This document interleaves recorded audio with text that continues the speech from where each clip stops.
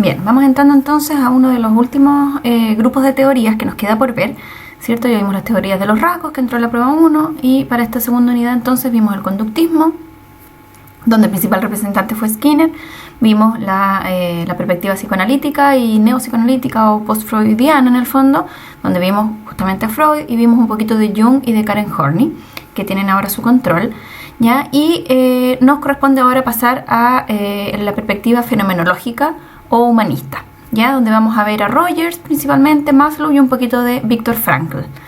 ¿Ya? Entonces, esta perspectiva fenomenológica o humanista, ustedes de alguna manera, yo sé que la vieron en Introducción a la Psicología, ¿ya? Entonces tienen que pensar que surge en el fondo en un periodo en que estaba dominado principalmente la psicología, el estudio del ser humano estaba dominado por un lado por el conductismo y por otro lado por el psicoanálisis, ¿ya? Entonces, en el fondo, los autores que comenzaron con este movimiento, con esta nueva forma de estudiar al ser humano, planteaban que, claro, el conductismo por un lado tenía una visión de hombre más bien mecanicista, ¿cierto? Donde no había espacio para estudiar la voluntad ni nada que fuera interno de la persona, sino que simplemente se estudiaba su conducta en base a los estímulos externos que impactaban en ella, ¿cierto? Y por otro lado estaba el psicoanálisis con una visión de ser humano un poco más oscura, ¿cierto? Muy ligado a lo sexual, en ese tiempo también principalmente con Freud, y también muy conectada con la visión de hombre más bien un poquito negativa, ¿cierto? Un hombre como más bien como atrapado de alguna manera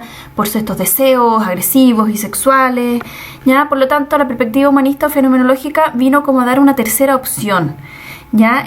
Frente a este mundo dominado por estas dos perspectivas, ¿ya? De hecho, se le llama al humanismo la tercera fuerza, ¿vale? Porque surge como una opción, como les decía, frente a estas otras dos que ya existían, ¿ya? Y claramente la perspectiva de ser humano, la visión de hombre que tiene el humanismo es mucho más positiva, ¿vale? La visión humanista plantea que el hombre es por naturaleza bueno, ¿ya?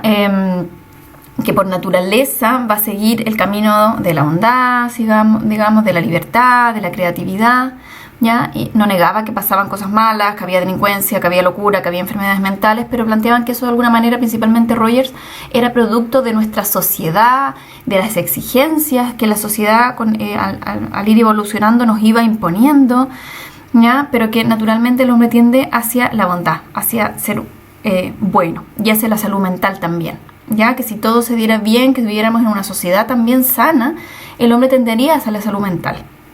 Ya, entonces, ¿qué plantea un poquito esta visión? Primero, plantea una visión focalizada en estudiar al ser humano, no en grupos, no generalizar, sino que estudiar al ser humano considerándolo como un ser único. Por lo tanto, le importa también la subjetividad.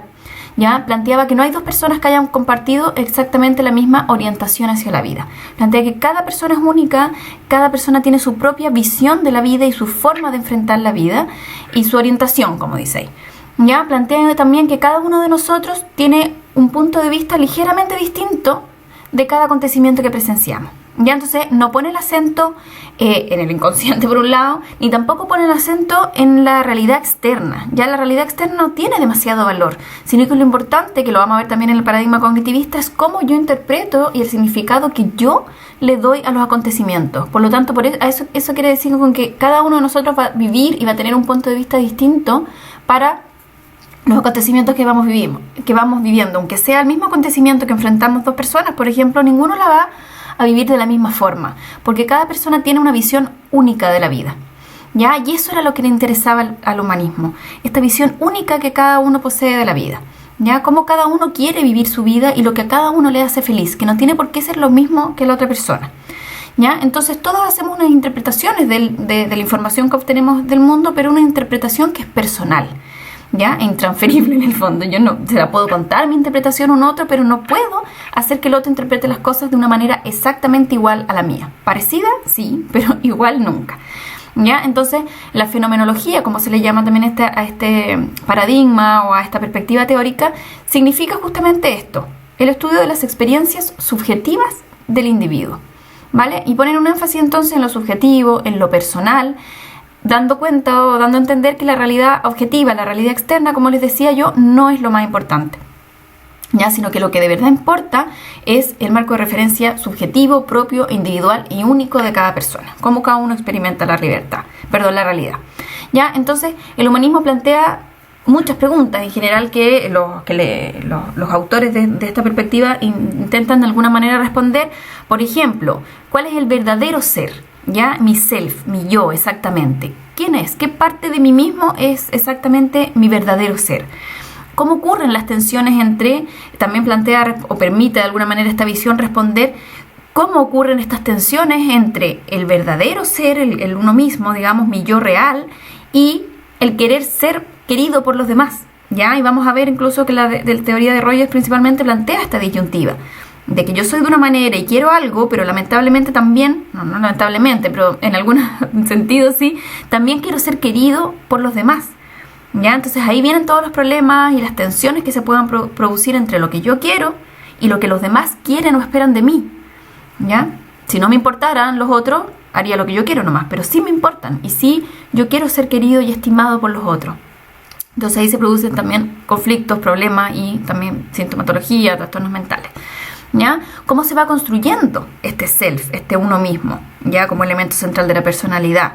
Es otra pregunta que estudia el humanismo. También, ¿cuál es el potencial inherente de las personas que motiva su crecimiento?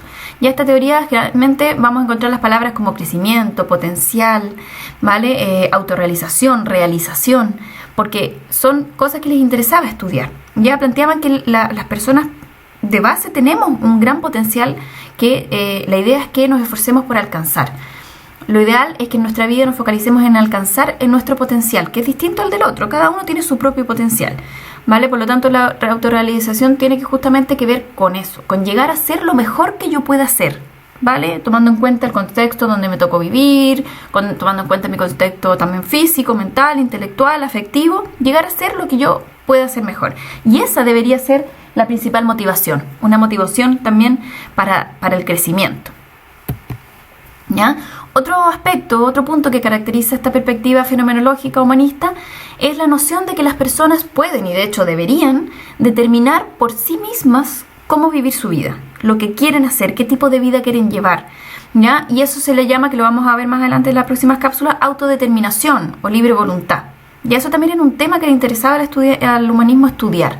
Ya la idea de la libertad, la idea de la voluntad, son temas también muy propios y muy típicos del humanismo, ¿vale? Porque ellos planteaban que las personas deberíamos ser capaces de decidir por nosotros mismos la vida que queremos llevar y lo que queremos hacer.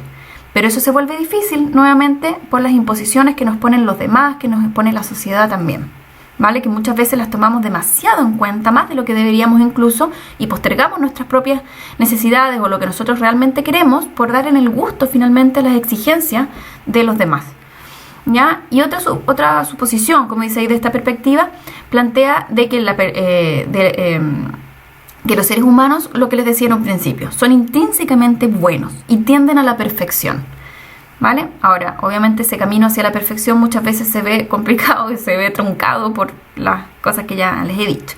Ya las teorías de esta perspectiva, entonces, en general, casi todos los autores que vamos a ver, Maslow, Rogers, Frankl, pero también hay muchos otros, Rollo May, ya entre ellos, estas perspectivas o estas teorías que plantean estos autores en general, como descripción general, son optimistas, ¿ya? Y eso lo diferenciaba también del conductismo, con esta visión súper como mecánica del ser humano, y el del psicoanálisis con la visión como más oscura y muy centrado también en la patología.